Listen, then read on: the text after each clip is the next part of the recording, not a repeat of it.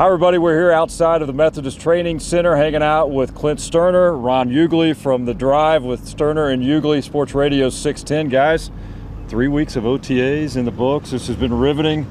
And we get to watch for a little bit and see some of the action out here. These guys get some work in. Look, man, I love it. Anytime you can come out here and watch an NFL franchise work in the offseason and with all the young draft picks that they have and the youth on the team mixed with some of the older fellas that they brought in, it's a beautiful day, man. It's 4 panels, 8 laces, leathers in the air, and we get to watch it. So I enjoy the heck out of it. All right, every day we're out here, not only it's going to change, Ron, everybody's watching the quarterbacks. That is going to be the topic moving forward.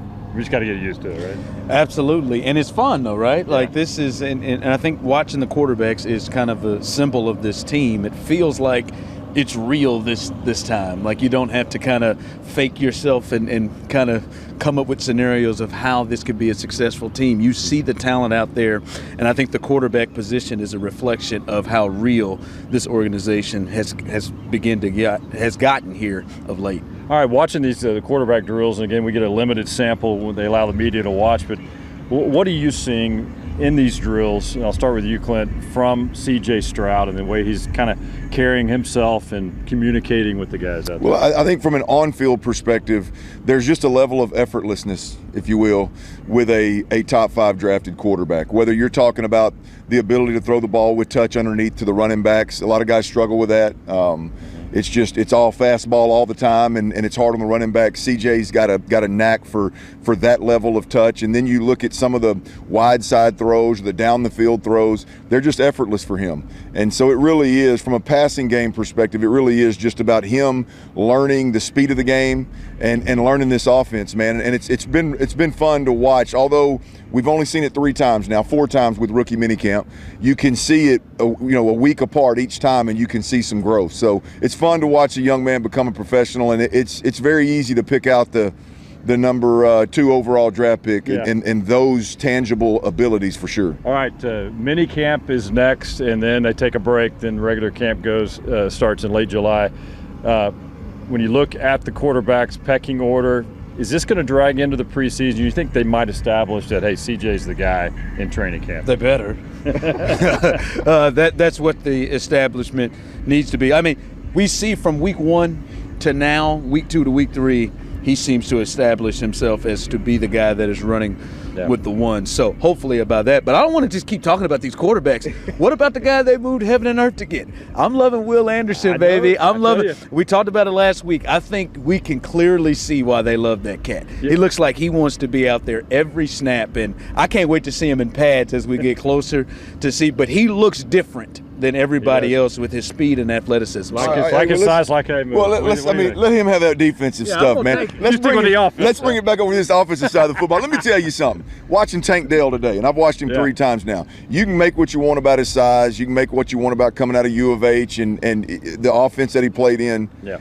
That kid is a weapon. That kid is going to be a problem. He is a weapon for Bobby Slowick, for C.J. Stroud.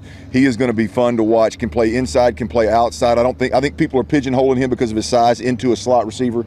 I don't think that's the case. He's the real deal. He's going to be a problem. Yeah, he's fun to watch, and hopefully he's durable. That's the thing. You to see him out there. He's just not that big, but hopefully he can take the hits.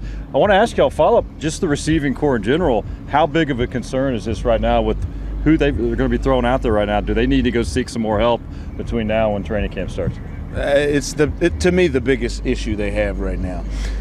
Everywhere else you can kind of say, okay, I can put together some things there. The receiver position, it is clear they are short a weapon. Yeah. And I think that's going to be the thing to watch to see if they can add some pieces there. Yeah. I've been really happy. Oh, go.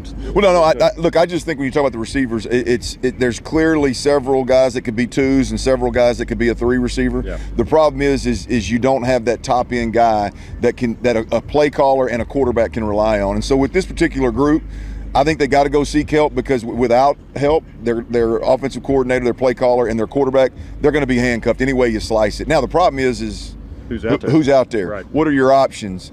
and we'll see. When guys come available, I like the fact that they're flipping stones on guys, that's for sure. But if you're an opposing defense, you're probably looking at these guys saying, who scares us the most? Yeah. Nobody right now, and it's going to make it easy for opposing defense. One last question before we wrap it up. The presence of being around DeMeco Ryans, the way he's dealing with things right now, the staff he's put together, you like what you're seeing in here? Love what I'm seeing across the board, not just with DeMeco. Not surprised at all with DeMeco Ryans. We spent some time with him initially when he was first hired, and it was obvious immediately that this guy's got that it factor. So not surprised by him.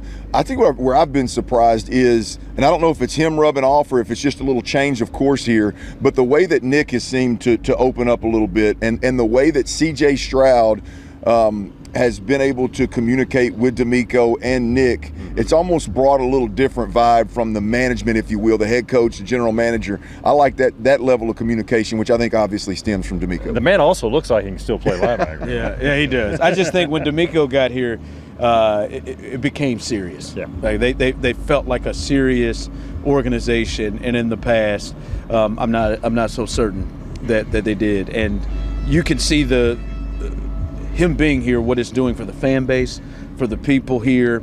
People are buying in big time and have come back. There's a buzz back. There is, yep. and he is the perfect person to get that, because there was a separation between the fan base and this organization, and they needed a special person, and he was the perfect person to do that, and he's already done that in the short amount of time he's been here. All right, OTA's in the books. Minicamp is next. Clint Stoerner, Ron the Show Ugly, Sports Radio 610. Guys, as always, appreciate the time. You bet it, brother. We'll Thanks do it again. All right, Randy. Good to see you guys.